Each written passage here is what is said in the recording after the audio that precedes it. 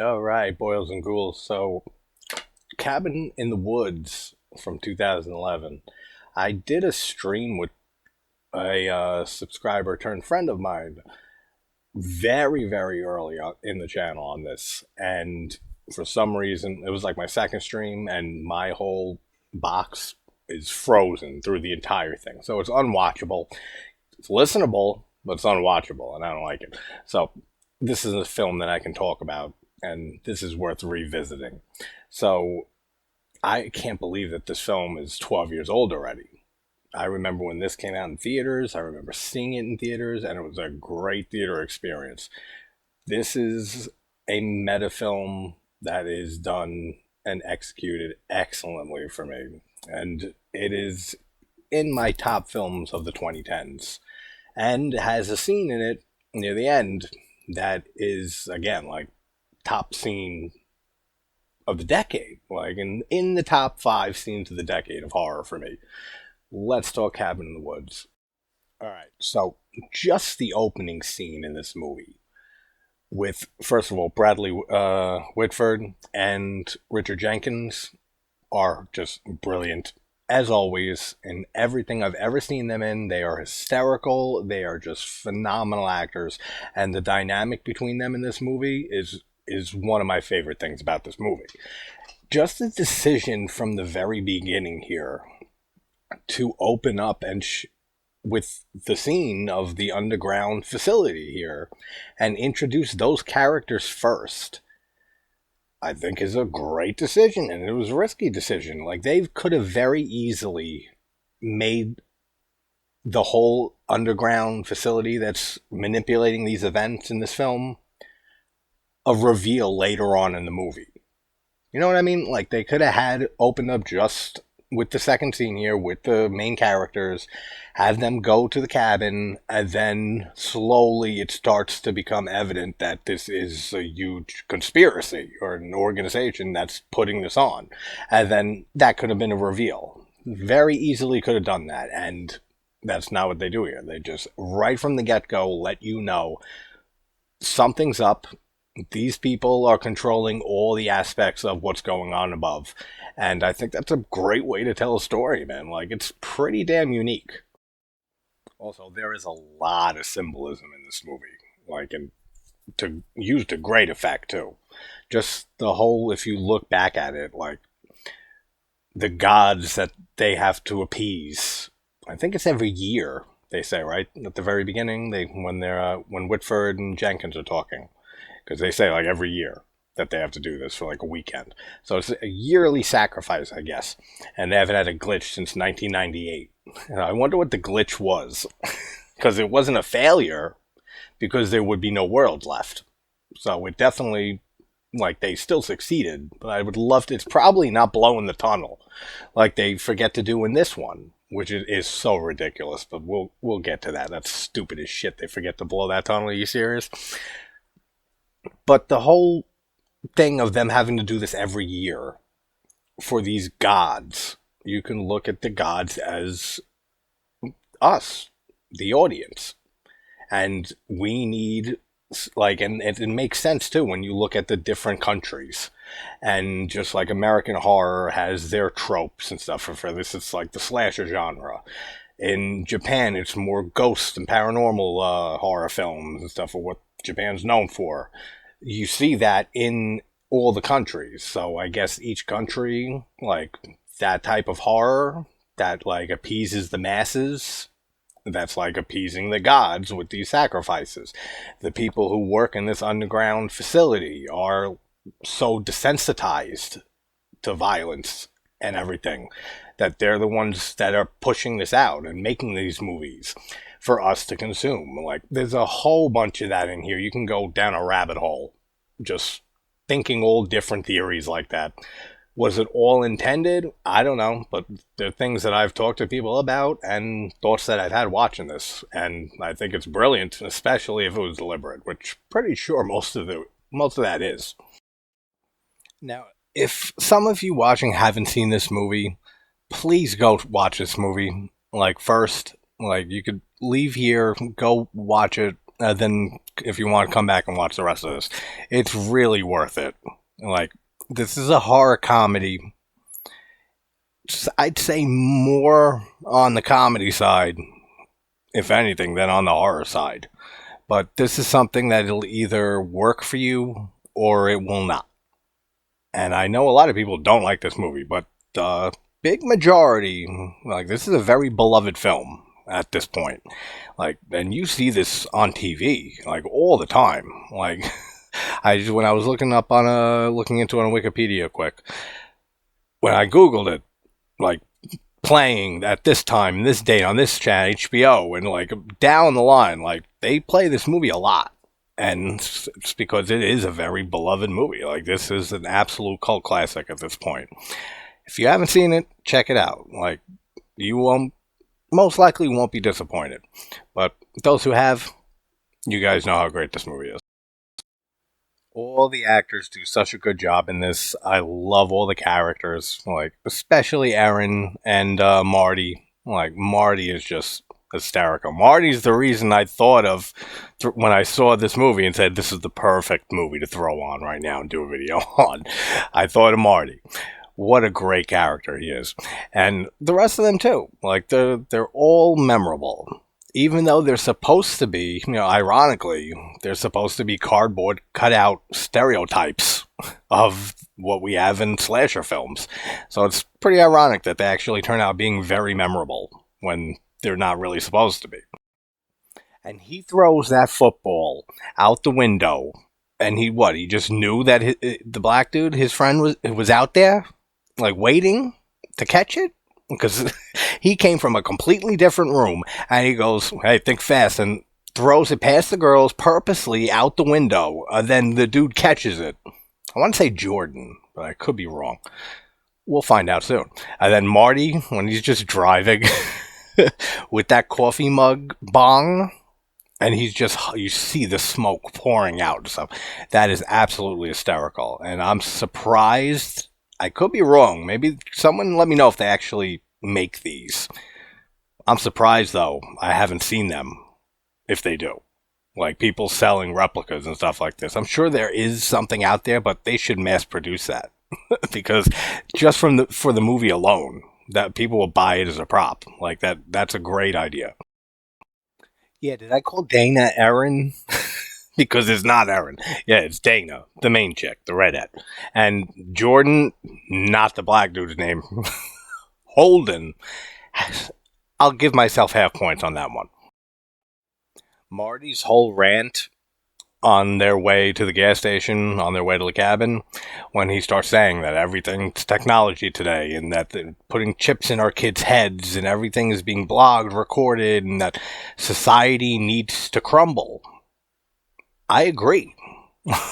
Like, those of you who watch enough, I'm sure you can gather that's pretty much my attitude. I agree. Things are so fucked in this world, and it's sad, and it's not getting better, and I think it just all has to collapse and just restart. And we don't deserve to be here. Like, we have screwed this planet, like, way too many times. All that stuff that he talks about. Sign me up for the Marty petition. I'll be there to help you out, Marty, whatever you need. Let's get this apocalypse cause underway. Then, of course, we have the horror mandatory harbinger of doom at the gas station, who is a total creep. And they even make fun of this later, don't they? When they say, like, where they hired him or something like that. They instead of like an actor, like he's actually like a lunatic or something. He plays a great role in this. And then I love Marty's just shots that he's taking at this guy. And then when they decide to leave, he's like, I hear the railroad's going to be coming here soon. Like, that's going to be big for you guys. Great stuff from him. I mean, his character is so hysterical in this. Like, I love Marty's character. But if you're worried that this is all going to be praise, no. Don't worry. There's a bunch of dumbass shit in this movie, too. Now, one of the only real negatives that I can give this movie, and this is still a small thing, first of all, love all the aerial shots and stuff when they're on their way to the cabin with the woods and everything. It looks gorgeous. Then they show the bird flying into that invisible gate or force field, whatever, that we see Chris Hemsworth, crash his motorcycle into later in the movie. I get why they put that there, so it's in our minds, but like maybe people would forget about it a little bit by the time that moment comes, but then like the tension would be building because then you remember, you know something's there, and it works. I feel like they shouldn't have put that there with the bird. I feel like that should have been a complete shock surprise later on when Kurt crashes into it. If we had no idea it's there, I feel like it would have worked a lot better, at least for me. I feel like I would have liked that a lot better if we didn't get the bird and know that it's there already. And it was much more of a surprise. But it still works. But it's really, if that's one of the only negatives I can give this movie, I mean, it says how highly I think of this movie. Wait, is this guy Holden even black? Like, he looks mixed. Like, I don't care what the terms are today, but he looks mixed. He looks part black. I don't know. Just an observation. Like, I was looking at it, I was like, wait a minute. Like, it doesn't really look too black, this guy. The cabin's really cool looking. I mean, obviously, you get huge Evil Dead, vibes from this cabin. But it has its own identity. It has a double mirror, that you can see through one side. I'll save it for a little later. But there's something... Actually, whatever. It doesn't really matter near the end. Near the end of the movie, Dana and Marty, before, the end of the world, before the God's hands comes up and Earth is destroyed, as we assume is what happens, she says, I don't even know if Kurt really has a cousin. Isn't that something? How do you not know this? Like, how does Kurt not know if he has a cousin? Like, did he? None of that makes any sense to me, unless it was just like a distant, cousin, or some person made up a cousin for him. That makes no sense at all. So I don't know how any of that works. Like, certainly he had a cousin who owned this.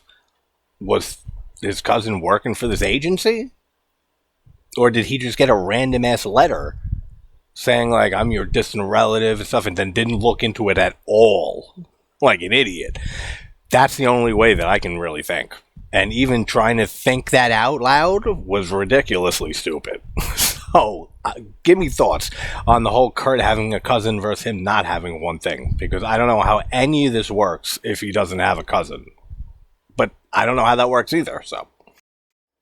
That's a great scene when the Harbinger calls, and I love that they call him Mordecai. I'm guessing that's his, I don't know if it's his real name, but nice little reference. I'm always going to think of Children of the Corn.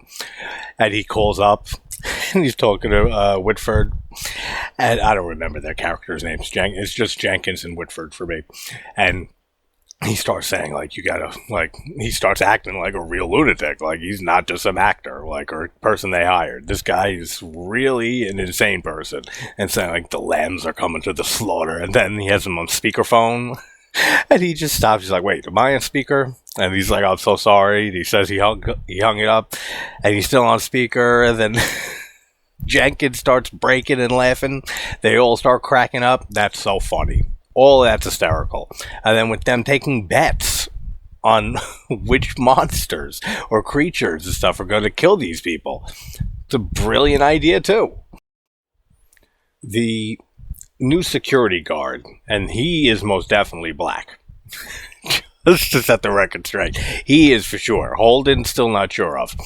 But, I mean, they hire someone new as the head of security or whatever he is, like right on the night of this huge event where nothing can go wrong, or it's the end of humankind. That's a little stupid to me too. I love when they're all partying, and Marty ends up looking, and they're playing Truth or Dare. He says, like, I want you to go make out with that moose over there, and it's so clearly a wolf, but like he's so stoned. He's like, or whatever that mysterious beast over there is. Great line. Like, he has so many great lines to this movie. Like, I don't know if I would like this movie as much as if he wasn't in this. If he wasn't a character, I don't know if I would care for this movie as much as I do. But it's not like he saves it, because there's so many other great things in this movie. But it wouldn't be the same without him. What a great line that is. And I think it's hysterical that the rampant pothead here is the one who's right. Like, through all of this, he's right about people acting weird. He's right about not going in the cellar. Like, maybe we should not go down there. Like, we shouldn't touch anything. He's the one that's saying about this whole that there's these conspiracy theories, and that he finds the friggin' camera later on. Like, this guy, he pretty much uncovers like all the strangeness here when everyone else is pretty oblivious to it. Yeah, like when the cellar door blows open, and then Kurt says the wind must have blown it open. And Marty says that makes what kind of sense? Like, he speaks for all of us, man. Like, let's support Marty in his afterlife.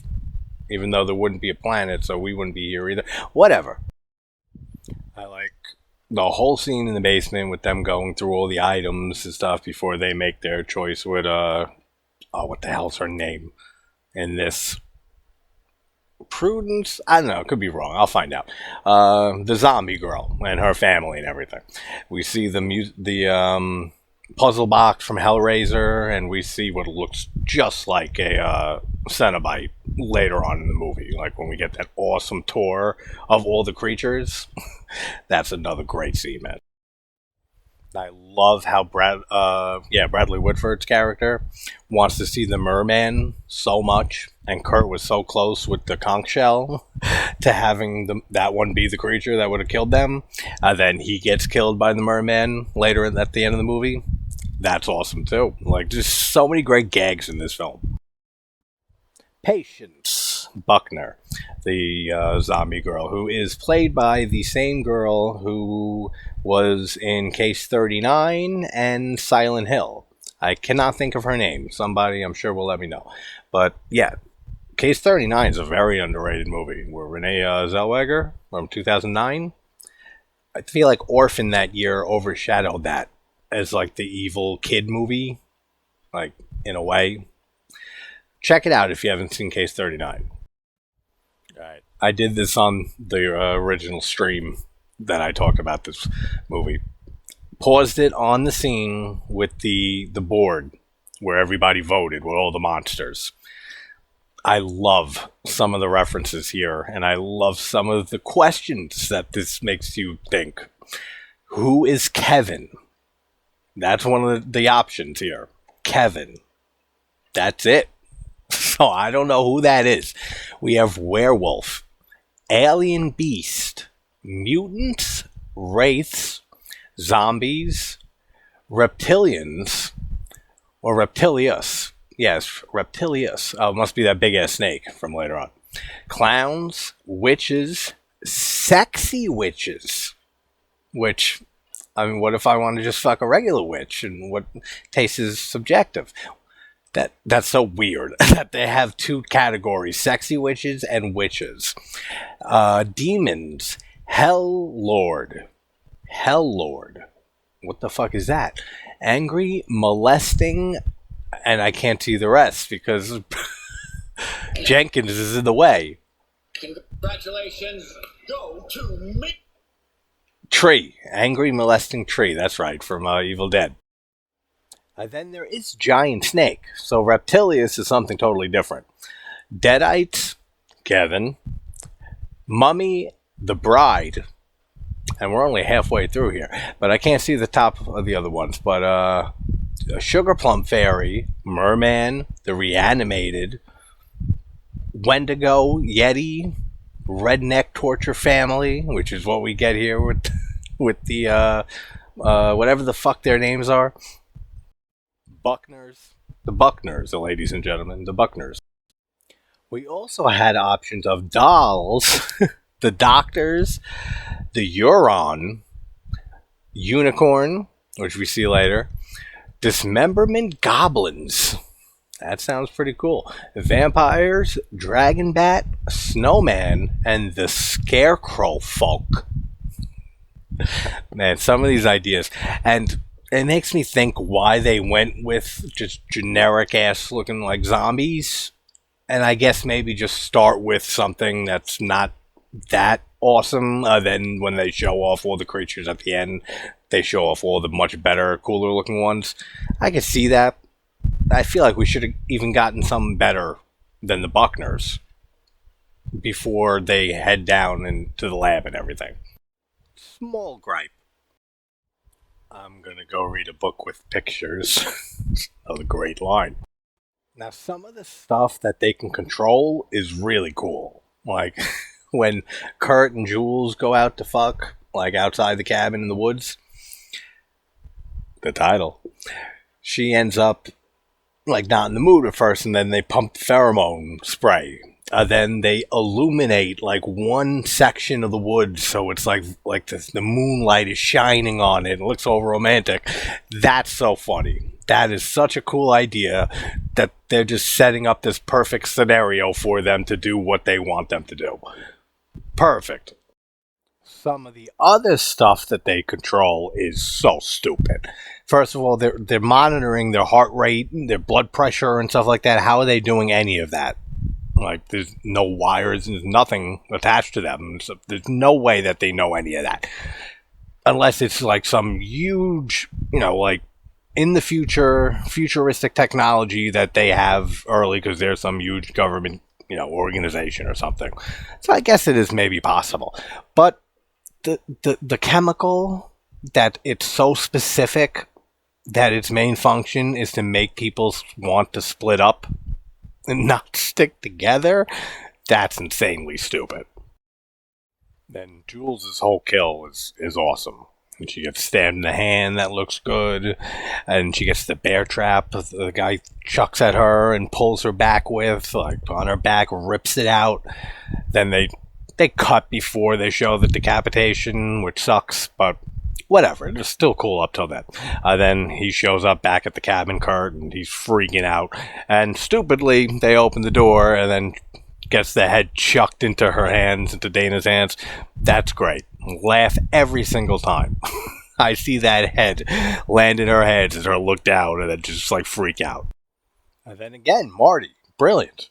Like he still gets manipulated. Like he hears the girl saying like go for a walk and trying to brainwash him, get him to go for a walk. And he hears it.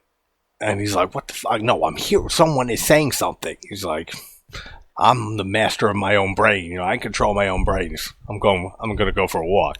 But he goes outside and he looks up and they're in the middle of the woods. They're in the middle of nowhere. Why did they not put stars in the sky? That's kind of stupid too. Like how many decades has this organization been doing this on a yearly basis? They mentioned earlier at the beginning, I said 98 was their last glitch. So that was their last glitch. And that was a few decades ago. So, I don't know. How do they not know that detail, miss that detail, to put stars in the sky? Because there are 0 stars in the sky. And that's so unbelievable. Like, and I'm shocked that Marty's the only person who picked up on that. Like, how do you not go to a cabin in the woods and look up at the sky and then freak out when there's no stars? Like, that's something you notice, like, pretty instantly.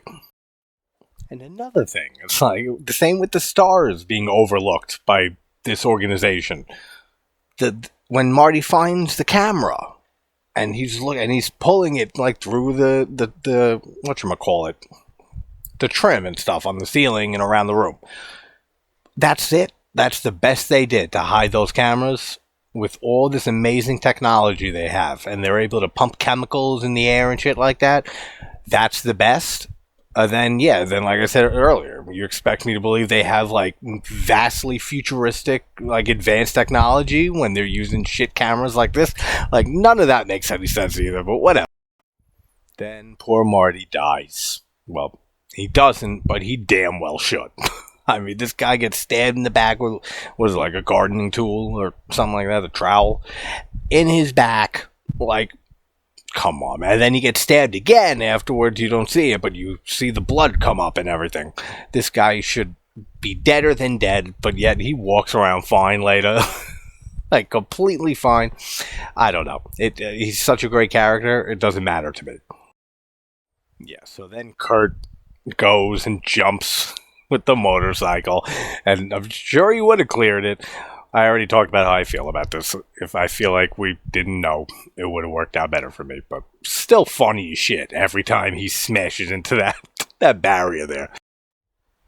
Also, I'm guessing it has to be all the blood that is released into the chamber and stuff under the underground facility where the gods are, supposedly below that. Confusing as shit, but it's not really their blood. It can't be. There's no way that they're able to get blood from their actual bodies. So it's just symbolic of their blood, of their sacrifice. So I've seen that brought up every now and then. There's no way that it's their actual blood.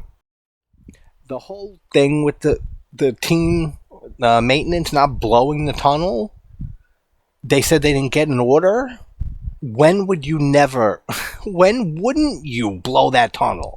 Wouldn't it be every time, like as soon as they go through to get to the cabin, blow the tunnel so they can't get out of there? Like, that's fucking dumb too, man. Then Holden gets killed because one of the Buckners is waiting in the RV for who knows how long just to kill him. And then she goes into the water and everyone's celebrating because the virgin's death is optional, which she's not a virgin. And then she even says that at the end. She's like, virgin. And like, we work with what we have. They couldn't find a virgin? Like, anywhere? Like, I don't know. That's a weird line, too. There's a lot of weird stuff in this, but it all works with the charm of this movie. They end up going down, her and Marty, and get the whole little tour with all the clear boxes, and we get to see all the creatures with, like, the ghost spirit coming up and the werewolves. Awesome. And then when the pan back shot, when you start to see all how big it is and how many elevator boxes there are and how many creatures there are moving around all over the place, that's such a great shot. I love that. Then, of course, we have Sigourney Weaver, the amazing Sigourney Weaver, who surprised the hell out of me. I had no idea she was in this or anything like that when I first saw this in theaters. And the whole crowd went nuts when she showed up. But you hear her on the radio or the intercom here, and she says that this is much greater than you guys. Like, you guys have to listen to us. Like, and in the end, they're right. I mean, she is right, because they don't understand the whole scope of what's going on here. That this is the end of the world if they don't die. And I mean, it sucks. Like, but if you gotta die to save the world, I mean, you might as well. And then they end up going into this booth. And before we get one of the greatest scenes of the 2010s for me, we get one of the stupidest things in this movie. That there's actually a button there to release all the monsters. Why? Why under any circumstance would you have to purge the system and release hundreds, if not thousands, of fucking killer creatures, monsters, ghouls, zombies, undead, serial killing, hungry, disgusting creatures upon the entire place for any reason, man? The whole reason that even exists is insane. But I still don't care, because without it, we wouldn't have one of the greatest scenes ever. You have all the guys dressed up like SWAT team, all the security and stuff, and they're by the elevators, and then just you hear the elevators coming up, and then the one guy goes, oh shit, they all open at once, and all the creatures fly, crawl out, everything, just rush them, and they are torn apart. Oh, it's one of the greatest scenes of the decade. It really is. I'll defend that statement anywhere, anytime. That shot is one of the greatest shots of the 2010s in a horror film. Like, maybe even in a film. It's so good. And I laugh hysterically and clap every single time. Bradley Whitford finally got to see his merman. Is that awesome? How the blood squirts out of the blowhole and stuff. Great stuff. And then when they finally meet up with the director, Sigourney Weaver, great stuff too. When they calls back into question and brings up everything that Marty was saying in the RV ride on the way over. That like maybe the world should end. If you guys have to kill people every year, sacrifice human beings worldwide, then what the fuck are we doing? Like, what the hell are we doing here? And maybe we should let the world end and let them rise again. And let something new take our place. And he's not wrong, man. Like, for me, he's not too far off. And then they just light up a joint and they're saying evil big gods. I wish I could have seen them, and that would have been a fun weekend. Hand comes up, destroys the world, presumably. Such a great movie, such a fun movie, and every single time I rewatch this, it reaffirms how much I adore this film. Cabin in the Woods, 2011. Great stuff. Alright, guys, I'll be traveling tomorrow. Like I said, going upstate to see my daughter for the week, but I'll have a video up Friday night for sure. But we'll try for tomorrow night, if not Friday night. So take care, guys.